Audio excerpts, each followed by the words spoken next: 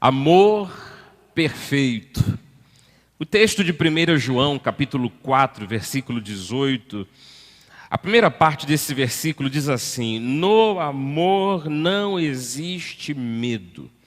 Antes, o perfeito amor, ele lança fora o medo. Esse verbo lançar aqui, no original grego, ele tem uma indicação de expulsar, né? Como se dissesse assim, o perfeito amor, ele expulsa para fora, ele expurga, ele faz sair definitivamente do peito de alguém que ele se abrigue. O amor, ele se abriga no coração de alguém. E quando ele entra nesse coração, não sobra lugar para o medo, não sobra lugar para as fobias, não sobram lugares para as angústias, para aquilo que é inconveniente. O perfeito amor, ele expulsa o medo do nosso coração. A gente consegue perceber, só por uma breve leitura do versículo, que a gente tem uma grande necessidade de que esse amor more em nossos corações, né? Habite em nossos corações, encha os nossos corações. A gente começa a perceber, como eu tenho dito aqui, que o ser humano ele sempre terá uma grande necessidade de ser amado.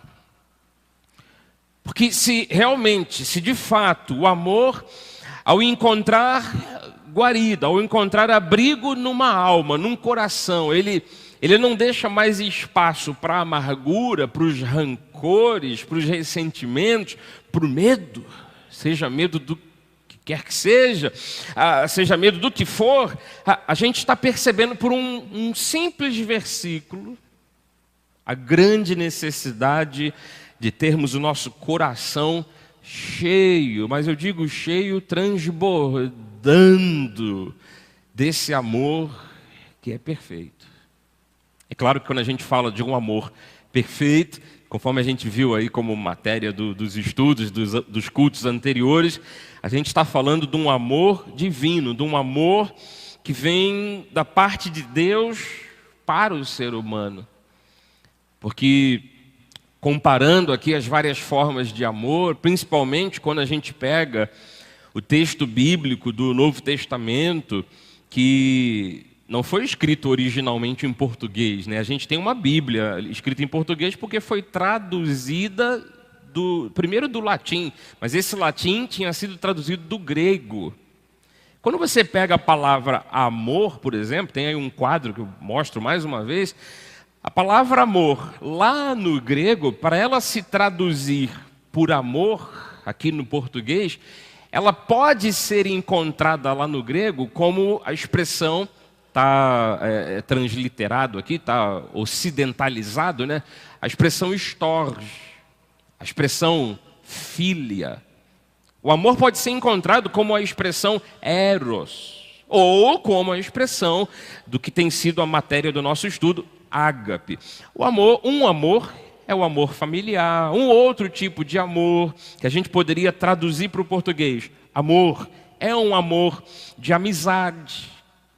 Inclusive tem um fato interessante entre Davi e Jonatas. Você pega a história de Davi e ele teve um amigaço, um amigo do peito, um amigo mesmo de alma. E tem um texto que diz assim: Davi e Jonatas se amavam tanto e gostavam tanto um do outro, que era um amor que superava o amor de mulheres. Aí vem uns sem noção, querendo defender que o homossexualismo está ali na Bíblia, com Jonatas e Davi, diz, está vendo, o amor deles era superior ao amor de um homem com mulher, porque ambos eram homossexuais. Não, era que o amor de Davi e de Jonatas, não obstante ser um amor de amigo, um amor de amizade, um amor de filhos, era também evidentemente um amor divino. E era um amor maior do que o amor eros. Porque uma coisa é uma coisa, outra coisa é outra coisa. Então, as várias formas de amor, na amizade, no romantismo, que é aquele amor que a gente diz assim, eu já estou há tanto tempo casado com ele, com ela, e agora o amor se esfriou. É possível que o amor se esfrie na condição de amor romântico. Amor que faz com que um homem e uma mulher se entrelacem, o amor eros. Agora, de todos esses amores, há um amor que supera a todos. Porque é um amor que faz o bem às pessoas sem impor uma condição primária. Há um amor que é o amor de Deus, que é o amor ágape, e que é esse exatamente que está traduzido no texto de João 4, que é o perfeito amor, que é aquele que vai em busca de um perdido, sabendo que esse perdido não vai ter condições de lhe recompensar pelo resgate, mas o indivíduo que ama esse perdido e que ele sabe que o perdido não vai nunca lhe pagar com nada desse mundo, aquele resgate, ele vai lá em busca do perdido, tira do lamaçal, tira do poço de lamaçal do pecado, limpa o indivíduo, trata as suas feridas, paga a hospedagem dele e diz, pode contar comigo para o que der e vier. Mesmo sabendo que o indivíduo não vai corresponder esse amor incondicional, esse amor ágape, que é o amor de Deus, ele supera em muito os outros tipos de amores. A necessidade do ser humano é essa. Uma necessidade de ser amado, porque o amor ele gera cuidado, seja na forma familiar, seja na forma romântica, seja na forma de amizade, seja na melhor das formas, a forma ágape, incondicional, amor perfeito. O amor ele gera proteção. O amor ele gera ajuda, ele gera resgate, ele proporciona alimento, ele proporciona perdão. O amor de Jesus Cristo por nós proporcionou para a nossa alma salvação. E até mesmo o nosso Deus, ele dá prova do seu amor por nós. E o amor de Deus por nós, ele é transformador. Quando a gente se depara com esse amor, quando a gente percebe que Deus derramou sobre nós do seu próprio amor, a gente fica até envergonhado, a gente pensa, mas quem éramos nós para que Deus mirasse na nossa vida e dissesse, eu vou derramar sobre ti todo o meu amor, eu vou morar dentro de você, eu serei um espírito contigo. Daí João, lá em 1 João 3,18, ele diz filhinhos. E quando ele diz filhinhos, entenda isso, né, como um conselho, né, de alguém muito sábio. Filhinhos, não amemos de palavra nem de língua. Ou seja, não vamos ficar apenas na teoria, na filosofia do amor, mas de fato e de verdade. O que é pegar tudo aquilo que eu posso teorizar, tudo aquilo que eu posso falar, tudo aquilo que eu posso expressar verbalmente, dizer que eu te amo, dizer que eu gosto muito de você, dizer que é maravilhoso fazer parte da sua vida, ser teu amigo, ser teu pastor, ser teu vizinho, ser teu parente.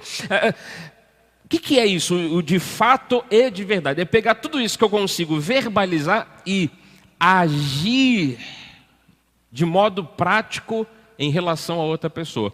Daí a gente vai até encontrar algumas pessoas com dificuldades de verbalizar o amor. Sabe aquela pessoa, parece uma pedra, né? Mas no fim, lá dentro é uma manteiga derretida.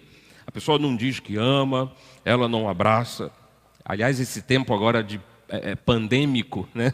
Onde a gente, para não transmitir uma doença, a gente evita os abraços e apertos de mãos. Tem gente que está numa boa, porque tipo assim, nunca gostou de abraçar, nunca gostou de calor. Às vezes a pessoa, ela se posiciona assim, mas por dentro, ela é um poço de amor.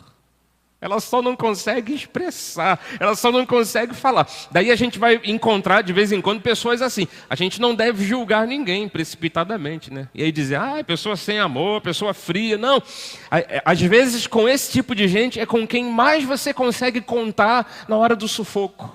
O indivíduo não beija, não abraça, não fica rindo, não fica saltando de alegria, mas ele vai lá e oferece assistência. Então, existem os amores variados, e a gente precisa oferecer esse tipo de amor às pessoas. Não ficarmos apenas na língua, não ficarmos apenas na teoria. Filhinhos, não amemos apenas de palavra ou apenas de língua, mas de fato e de verdade.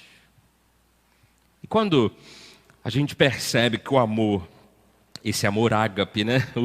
o amor perfeito, quando a gente percebe que esse amor, ele tem uma superioridade aos outros tipos de amores, quando a gente percebe que deste amor a gente consegue vincular muito bem os nossos outros amores, porque veja bem, um amor familiar às vezes deixa de existir, né? Tem famílias que às vezes entram em pé de guerra e depois não é restaurada a coisa, a união não é restaurada.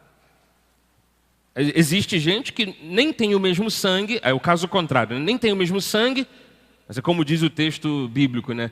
Mas se torna um amigo mais chegado do que um irmão de sangue. Então assim, amores podem se desfazer, amores podem se fortalecer. Sabe o que fortalece um amor familiar? O amor ágape, o perfeito amor. Quando existe o amor de Deus envolvendo esses outros amores menores, nada quebra esse amor. Um amor entre amigos, um companheirismo fiel, você teve a sua infância junto daquela pessoa e depois nunca mais esquece, estão sempre marcando encontros, você tem uma amizade quase maior do que com a esposa, do que com o marido. Você sabe o que não desfaz esse tipo de amor? Se tiver o amor perfeito envolvendo esse tipo de relacionamento. O amor entre o homem e uma mulher, o amor eros, o amor que aquece os corpos, o amor erótico, o amor sexual, ele só não se desfaz quando existe o amor ágape envolvendo tudo isso. E Deus é muito solícito, né? Deus é muito prestativo. Às vezes está lá o marido e a esposa no seu momento de intimidade, e eu não sei se isso pode causar vergonha em alguns casais, mas entre o marido e a mulher, ou em volta, lá está Deus presente. Deus está ali fazendo com que aquele amor se torne um amor vinculado, firmado. Quer ver? As experiências das pessoas são assim. Elas se afastam do amor de Deus, e daí elas perdem os amores familiares, as amizades, perde o amor romântico, e não dá para botar culpa apenas no outro, não dá para botar culpa 100% em você. Não, eu sou todo culpado por isso. Não. É porque a gente se afastou do amor de Deus. A gente se afasta do amor de Deus, todos os outros tipos de amores se estremecem. Então, quando a gente fala desse amor perfeito, ele tem virtudes que saram e ajudam todos os outros tipos de amores, todos os outros tipos de relacionamento. Esse amor perfeito, ele mostra algumas questões, alguns pontos da eternidade, já agora. Você vê, a nossa vida é tão limitada, tão finita. A gente vive até 90 anos, 100 anos. Quem está passando aí dos 100, 110, 120 é porque teve um tipo de robustez muito grande e conseguiu. Um vírus acaba com a nossa vida. Então a gente tem aqui uma vida muito finita, muito limitada. E a gente tem um corpo fragilizado. A gente precisa entender que há uma eternidade a ser vivida. E como é que eu vou ter tons dessa eternidade já agora? Se o mundo é cheio de doença, se o mundo é cheio de negatividade, se o mundo é cheio de roubo, cheio de corrupção, como é que eu posso ter um pouquinho de alegria em saber que quando eu partir daqui eu estarei lá com o Senhor na eternidade? Quando eu vivo, ainda que seja a conta-gotas, quando eu vivo no meio dessas trevas todas que é o mundo, ainda que seja uma pitada, uma pequena porção, eu só tenho esperança, a alegria da vida eterna quando eu vivo, ainda que conta-gotas, pitadas, deste amor perfeito. É o que me faz perceber que eu não estou aqui nesse mundo largado, dirigido pelo caos, pelo nada, pelo vácuo. Não. Existe um Deus lá no céu, alguém que toma conta de nós. Diante desse mundo tão tenebroso, tão difícil de se viver, a gente só consegue ter um alívio, um bom ânimo, sabendo que existe uma vitória até em cima da própria morte, por causa de pitadas, conta-gotas desse amor de Deus no nosso coração. Essa é justamente a razão do porquê tem gente que não gosta de Deus, não gosta da Bíblia. Essa é justamente a razão porque tem gente que não aceita o Evangelho. Por quê? Elas não vivenciam o amor de Deus como você vive, como eu vivo, como nós estamos aqui vivendo, ainda que frágil, ainda que nebuloso. Mas tem gente nesse mundo aí que não vive um pingo do amor de Deus. Daí acham que o mundo está entregue ao caos. Acha que Deus não existe, acha que tudo vai terminar em nada, e acha que o homem veio de uma explosão cósmica e que, sabe, tudo surgiu de repente, sem nenhum propósito.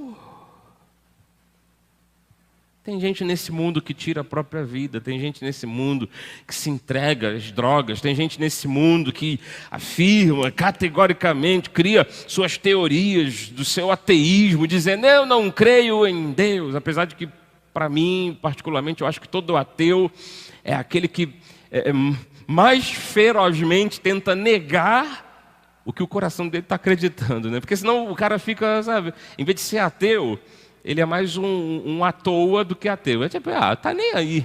Agora, quando ele entra na questão de discutir Deus não existe, e Deus não sei o quê, e Deus não... Deus deixa o mundo dessa forma, do jeito que está. Esse tipo de ateu é aquele que, acho, tá? É uma opinião minha, aquele que lá no coração ele vê Deus em tanta coisa e ele fica tentando negar. Mas por que essas pessoas entram nessa linha de pensamento? Porque não vivem uma gota daquilo que você vive. Você já teve alguns dias em que você percebeu o grande amor de Deus por você? Já teve alguns dias que você percebeu como Deus te livrou de umas furadas, que se não fosse Deus a colocar os anjos dele cuidando de você, você não seria capaz de se livrar daquela? Você já percebeu quantas vezes no passado, ou até recentemente, você só esteve vivo porque a misericórdia de Deus estava ali presente? Esse é o amor perfeito, é o amor de Deus, que está sempre em volta de nós, que está sempre nos cercando. Às vezes oramos aos céus, a nossa oração parece que demora a chegar lá. Deus parece tão distante, mas a Bíblia diz que Ele está atento, ouvindo e pronto a responder às nossas súplicas. Isso é mais uma prova do amor de Deus por nós. E daí quando a gente pensa que esse perfeito amor, esse amor perfeito é superior a todos os outros que a gente possa viver, ele tem virtudes poderosas, ele mostra um pouco da eternidade já agora. A gente precisa traduzir esse amor perfeito em ações ou em ação. A gente precisa reproduzir esse amor que está na Bíblia em atitudes. A gente precisa fazer com que esse amor se torne algo coerente com o nosso dia a dia. Esse mundo não está perdido, esse mundo está no controle absoluto de Deus. A tua vida não está esquecida. Deus vela por você dioturnamente. E Paulo, o apóstolo, a gente viu aqui no domingo, né, quando a gente leu Coríntios 13, ele, de uma forma linda, ele descreve essa superioridade, essas virtudes e a eternidade do amor de Deus.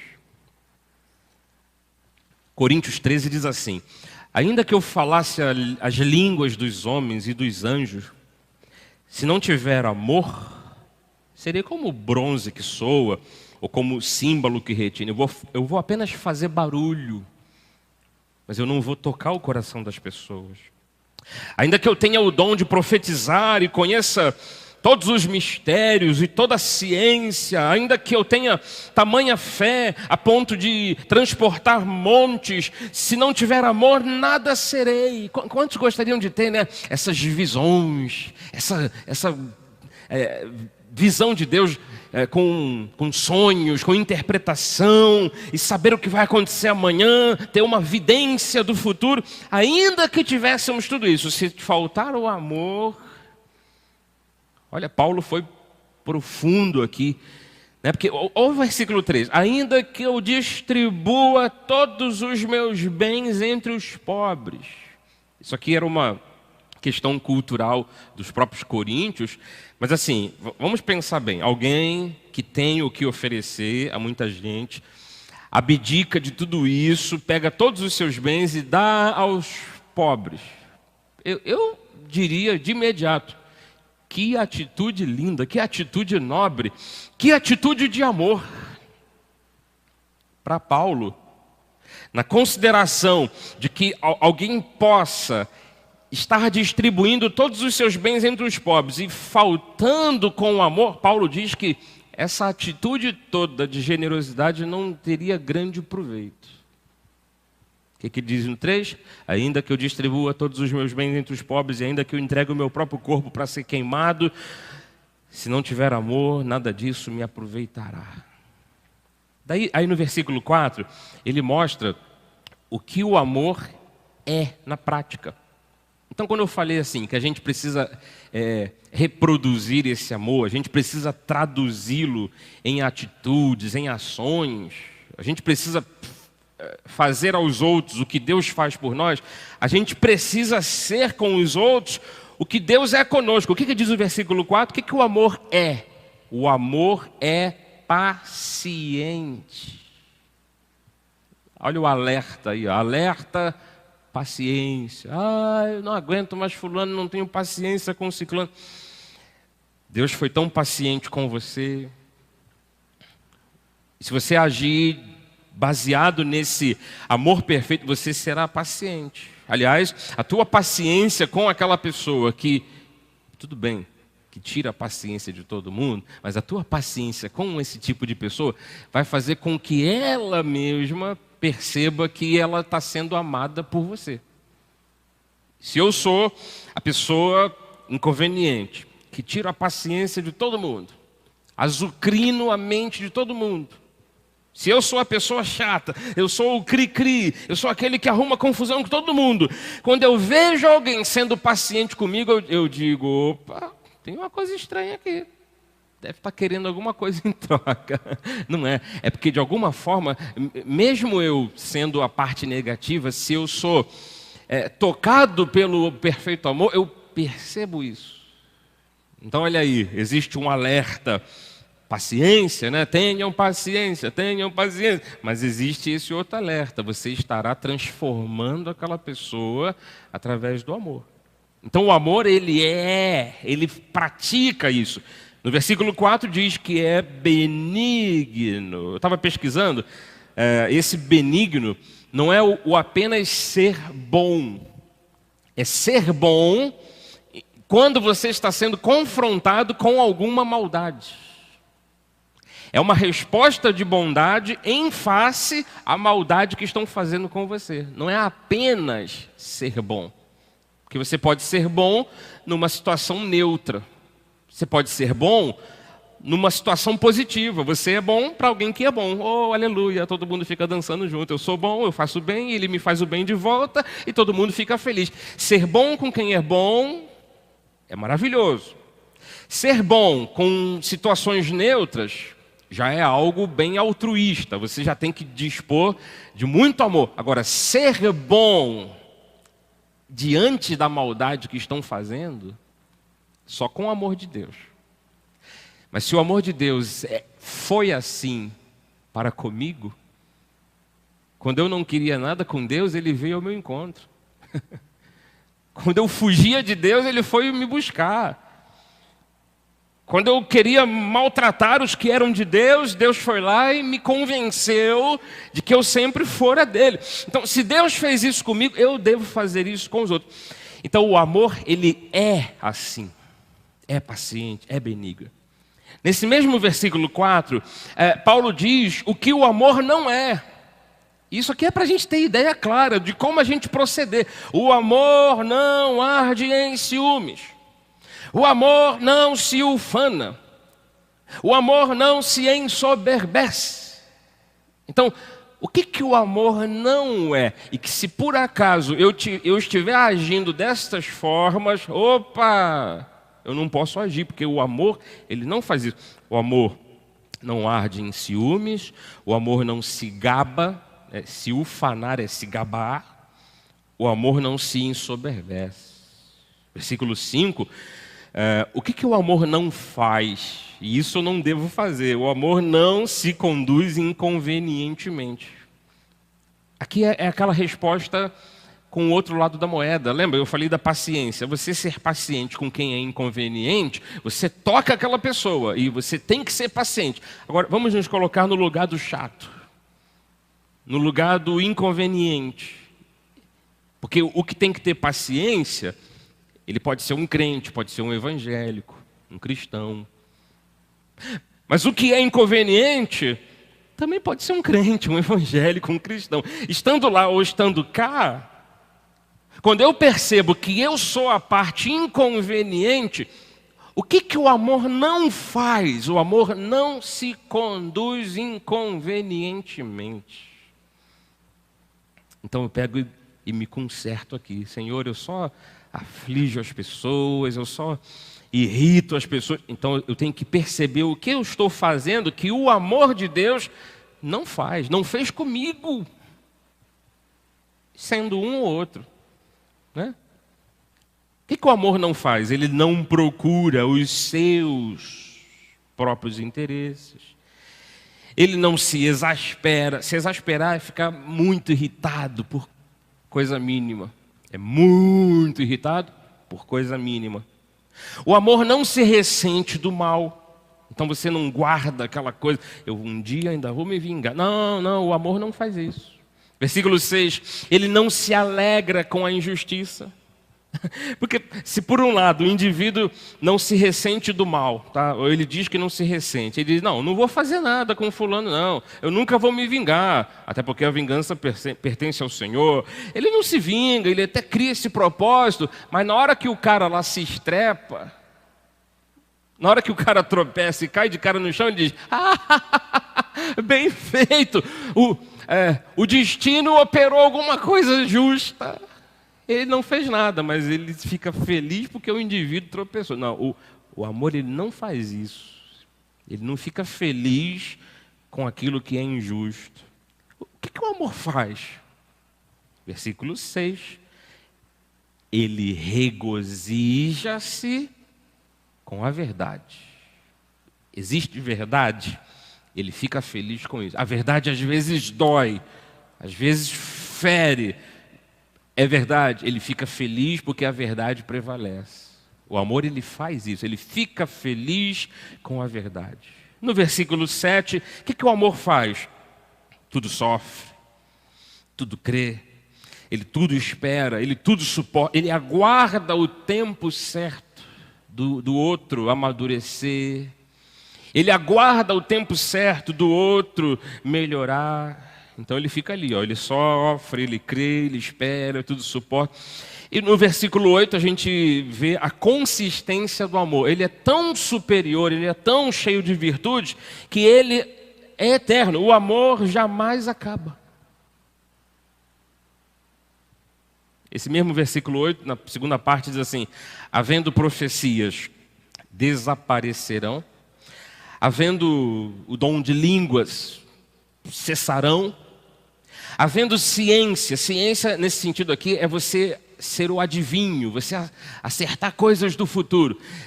Havendo ciência, passará. Versículo 9, porque se a gente consegue às vezes profetizar, consegue falar em línguas espirituais, língua dos anjos, seja o que for, se a gente consegue ter visões, a gente está vendo em parte. Versículo 9 diz assim: em parte conhecemos, em parte profetizamos, mas quando vier o que é perfeito, então o que é em parte será aniquilado. Aí Paulo usa aqui um verso. Provavelmente era algum tipo de poesia, de dito popular, né? Quando eu era menino, falava como menino, sentia como menino, pensava como menino. Quando cheguei a ser homem, desisti das coisas próprias de menino. Então, nessa mesma lógica, às vezes a gente acha que a gente é superior a todo mundo, porque eu tenho um dom. A gente acha que a gente é melhor do que os outros, porque a gente tem uma habilidade.